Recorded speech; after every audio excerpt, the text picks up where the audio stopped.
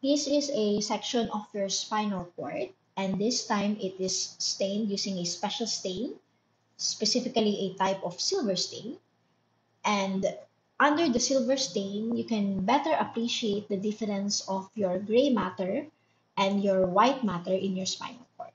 Again, the gray matter is color gray because it would have the cell bodies or soma of your neurons, while the white matter is white because it would have only the axons of these neurons, and these axons are white because they are myelinated. Okay?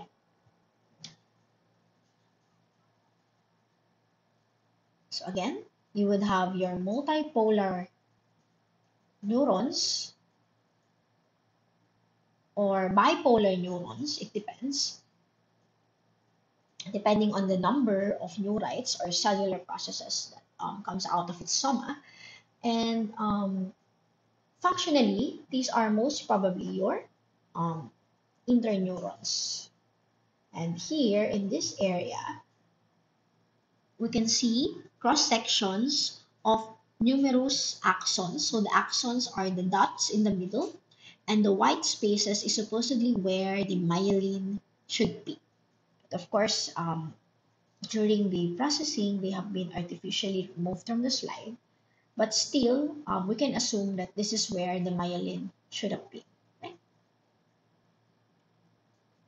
And then again, the dot in the middle would be your axons. Okay? And you will see in between your thick white spaces here, you would have smaller axons here, which are like in a cluster form. So this would be your unmyelinated axons. Okay? Your unmyelinated axons usually share a common Schwann cell. Okay? Sorry, oligodendrocyte in this case, because we are still in your central nervous system. And try to see if this section has a spinal ganglion. So here is axon tract.